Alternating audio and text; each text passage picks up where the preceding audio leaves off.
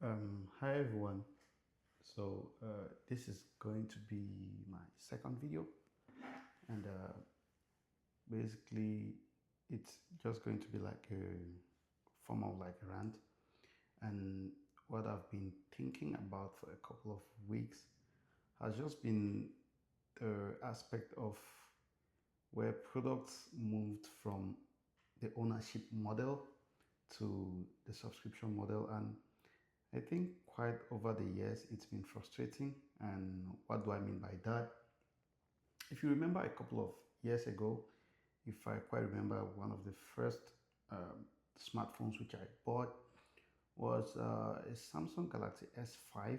And with the S5, you had the option of maybe, I don't remember quite the amount of storage that was on that device, probably 16 gigabytes of storage, but you also had a memory card slot where if you had money, you would of course buy a memory card to extend your storage to use. Maybe if you wanted a little bit more pictures or videos, you would get that.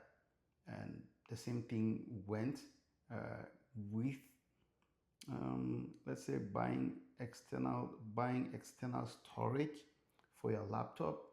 One of the first laptops which I had, if I am not wrong, was a Dell Latitude D633 or something of that.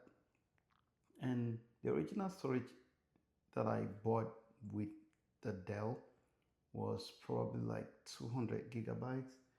And after using it for some time, I got to upgrade it to 500 gigabytes, to a 500 gigabyte external storage, or basically replacing the 200 gigabyte one with a 500 gigabyte one, and of course paying less money. And over the years, we've just seen some of these things stripped away from devices, and nobody, I know people have complained about it, but it is just astonishing that over the years we've been stripped over from these things. For example, the last Pixel device which I had, the Pixel 9 Pro, I bought one with 128 gigabytes of storage. Okay, so when the storage got full, what option did I have? I had two options. Either you buy a different device with uh, probably 256 gigabytes or 512, or you subscribe to Google Cloud Storage Plan. And what does that entail? It means that you are not owning, you don't own Google Cloud Storage in a sense. It is a subscription model. If you stop paying for it, you stop getting access to your files, which means if you had, let's say, if my storage got full and I paid for a Google Cloud storage, and at some point I can't pay for it, I'll lose access to those files except I get to pay for it to extend that.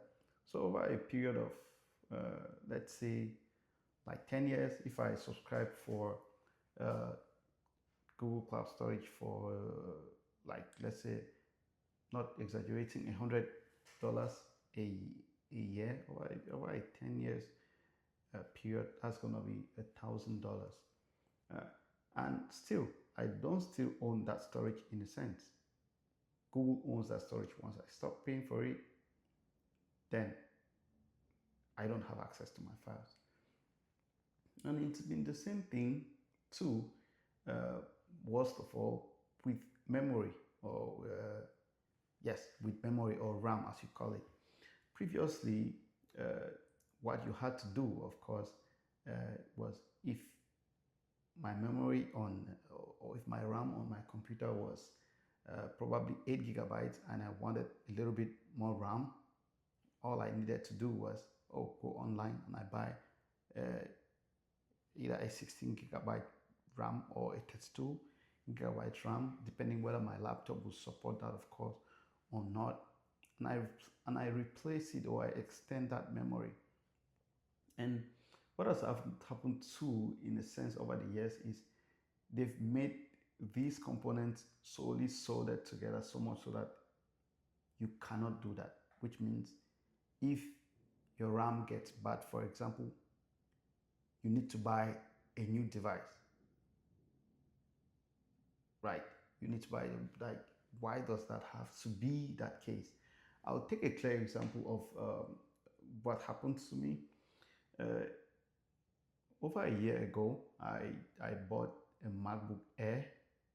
I think it was an M1 Air, and from someone that was on Facebook. I met the person, got the device from them, and it was working pretty fine. And after like 2 months, the device was actually okay. After a period of like 2 months, and it just started rebooting over and over. And of course, I didn't know what was the problem, so I took it to an Apple store, an official Apple store in Oklahoma City, and I showed them that, oh, this is what was happening to my device. So, is there something that you can do about it?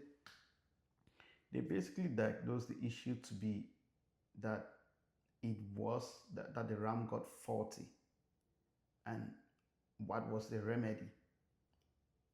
If I had, if I had, if I needed to get that problem fixed, they couldn't basically fix it, which means I had I had the option to trade in the laptop. They basically told me, oh, the problem is that the RAM is malfunctioning or something, but we cannot fix it. The only option that you have is trading in the laptop. And I had hurdles trading in the laptop because it had been registered to an organization or so. So I bought it from Facebook. I didn't have a hold of the guy, so that's how the laptop got grounded. And it was frustrating, of course. I spent money in less than 2 months, and I could not use the laptop again, and it got grounded.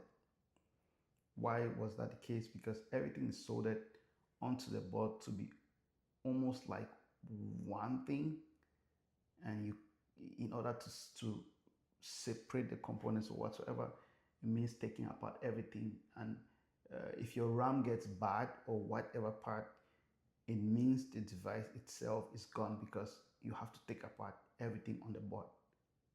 So the board is basically like a single component, which gets frustrating, of course. So the same thing too. I would go to back to phones. You had the option of removing your SIM card, which means if I bought this phone, which I'm using to record, and it is unlocked, and I had my SIM card on it. If a new device came in, what what do I need to do? I just need to remove my SIM card from the device and plug it to the next one, whether it being unlocked or the new carrier on the phone supporting that. That's all I had to do. So what did they do with that?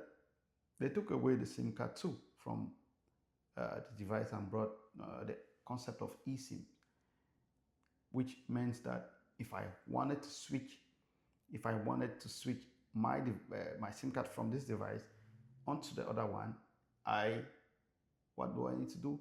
I need to either transfer the eSIM to the new device, which renders this one without a SIM card, or what's the second option? Get a new SIM card for the new device, which just goes on to put a burden onto consumers such that they continuously have to pay money to these companies, going from the likes of Google, Apple, Microsoft, Intel, or Dell, or whatsoever.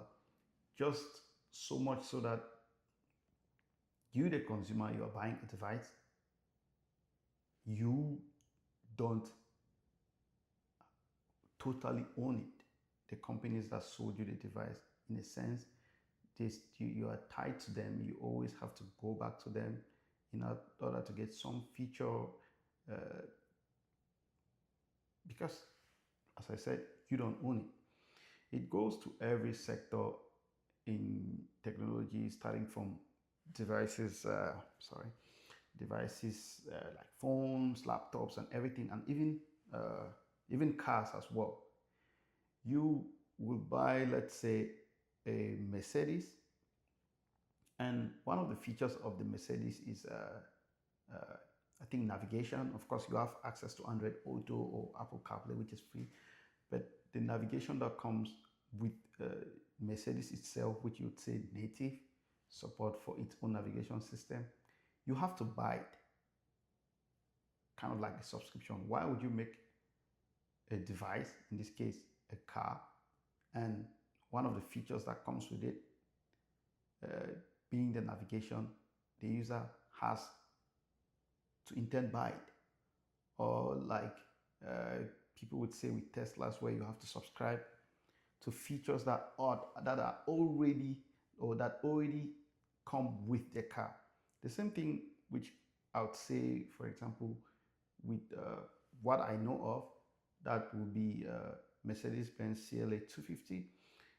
The car comes with uh, car theft protection, but you have to subscribe to it, which I think is renewable every year.